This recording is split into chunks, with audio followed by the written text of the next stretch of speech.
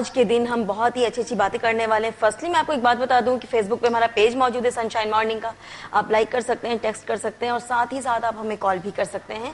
Screen پہ number موجود ہے 0213589027 پہ کال کریں اور ڈائریکٹ ہمارے ایکسپرٹس اور گیسٹ جو ہیں ان سے باتیں کریں. آج تو بڑے ہی اچھے اور مزیدار گیسٹ ہمارے ساتھ موجود ہیں, تو میں نام بتاتی ہوں آپ کو, بٹ پہلے میں آپ کو ایک بات بتا دوں کہ آج قائد اعظم محمد علی جناح کی زندگی کے بارے میں ہم باتیں کریں گے. وہ کہاں پیدا ہوئے ہیں اور پھر کہاں انہوں نے اعلیٰ تعلیم حاصل کی, اور پھر کس طرح سے انہوں نے ملک کے لیے قربانیاں دی, اور کس طرح ہمارا جو پاکستان ہے وہ وجود میں آیا. ان کی زندگی کے متعلق ساری باتیں ہم کریں گے. فرسٹلی میں اپنے گیسٹ کا انٹروڈکشن کروا دوں. ہمارے ساتھ موجود ہیں درانہ غنی صاحبہ, ایجوکیشنسٹ ہیں وہ اور سوشل ورکر بھی ساتھ ہیں. السلام علیکم جی. ان کے ساتھ ہی ساتھ عثمان بٹ صاحب ہے, بینکر ہیں اینڈ موٹیویشنل اسپیکر. السلام علیکم, کیسے ہیں آپ لوگ؟ اور پھر میں ان کا بھی انٹروڈکشن کروا دوں کہ ہمارے ساتھ سنگرز بڑے ہی اچھے اور مزیدار موجود ہیں. مزیدار میں نے انہی کی وجہ سے کہا تھا کہ آج کا شو بہت ہی اچھا ہونے والا ہے, آپ لوگ بہت ہی انجوائے کریں گے. وقار دانش جی ہیں, السلام علیکم. خرم حسن صاحب ہیں, السلام علیکم. مہتاب عالم صاحب ہیں, السلام علیکم جی. کیسے ہیں آپ سب؟ ٹھیک ٹھاک الحمدللہ. تو آج ٹاپک تو آپ کو پتہ چل گیا ہوگا کہ آج قائد اعظم کا پاکستان, یہ ہم نے موضوع رکھا ہے. دن کے حوالے سے پوری قوم کو بہت زیادہ مبارکباد بھی دیں گے کیونکہ بابا قوم کا یوم پیدائش ہے. تو آج کے دن پوری قوم ہی جس طرح خوشیاں منا رہی ہے, اور یقیناً آج کا یہ پروگرام بہت اسپیشل ہونے والا ہے. بالکل, ہاں جی. تو سب سے پہلے تو جو ہمارا اسٹارٹ اپ ہے وہ ہونا چاہیے کسی بھی ملی نغمے کے ساتھ. کیا بات ہے, بالکل ایک سانگ جو کہ بابا قوم قائد اعظم محمد علی جناح کے حوالے سے ہی منسوب ہے اور ان کے نام کا بھی اس میں ذکر ہے. بڑا ہی خوبصورت سانگ ہے, اس کو ہم کچھ اپنے اپنے ویورز کے ساتھ شیئر کرتے ہیں.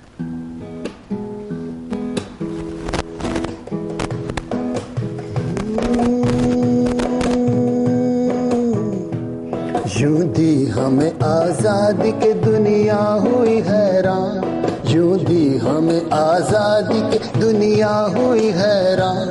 اے قائد اعظم تیرا احسان ہے احسان, اے قائد اعظم تیرا احسان ہے احسان.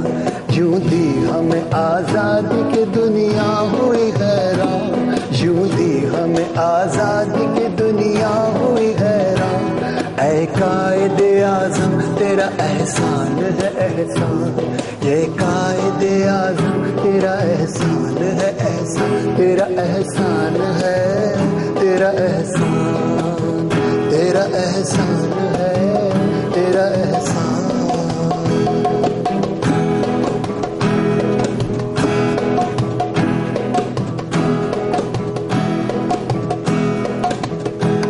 ہر سمت مسلمانوں پہ چھائی تھی تباہی, ہر سمت مسلمانوں پہ چھائی تھی تباہی, ہر سمت مسلمانوں پہ چھائی تھی تباہی. ملک اپنا تھا اور غیروں کے ہاتھوں میں تھی شاہی, ملک اپنا تھا اور غیروں کے ہاتھوں میں تھی شاہی. اے قائد اعظم تیرا احسان ہے احسان, تیرا احسان ہے, تیرا احسان, تیرا احسان ہے, تیرا احسان, تیرا احسان ہے, تیرا احسان. بہت خوب. اوکے جی, بہت ہی اچھا گایا آپ نے, ماشاءاللہ آپ کی آواز بھی بہت اچھی ہے. اور آپ کے کیا بینڈ ہے؟ سائیں بینڈ. اوکے جی, سائیں بینڈ ہے ان کا, مطلب آپ لوگ سندھی ہیں؟ Okay, firstly we are Pakistani, then کچھ بھی ہیں ہم. ٹھیک ہے جی, بہت ہی زبردست, اچھی بات ہے. اوکے, آپ کا نام بہت ہی ڈیفیکلٹ ہے. میرے پروڈیوسر صاحب بھی یہ کہہ رہے تھے کہ ان کا نام بہت ہی اچھا لینا ہے ورنہ پھر ڈانٹ ڈپٹ پڑے گی ہمیں آن ایئر. ٹھیک ہے جی, درانہ غنی صاحبہ. ٹھیک ہے جی, ایک دفعہ چڑھ جائے تو پھر آسانی سے. ہاں جی, بہت سارے نئے جو انجانے لوگ ہوتے ہیں عموماً اس کو غلط نام لیتے ہیں. درانہ از اے پرشین ورڈ نا. جی جبھی. ٹھیک ہے جی. قائد اعظم کی زندگی وکیل بننے سے پہلے کیا تھی ان کی زندگی؟ قائد اعظم ابتدائی تعلیم تو انہوں نے وہیں پہ انڈیا میں ہی حاصل کی جی, لیکن سٹارٹ کے اندر میں اگر میں یہ کہوں کہ he was not a very good student نا. ان کے والد جو تھے وہ تجارت کے پیشے سے تعلق رکھتے تھے اور ویلدی تھے کافی,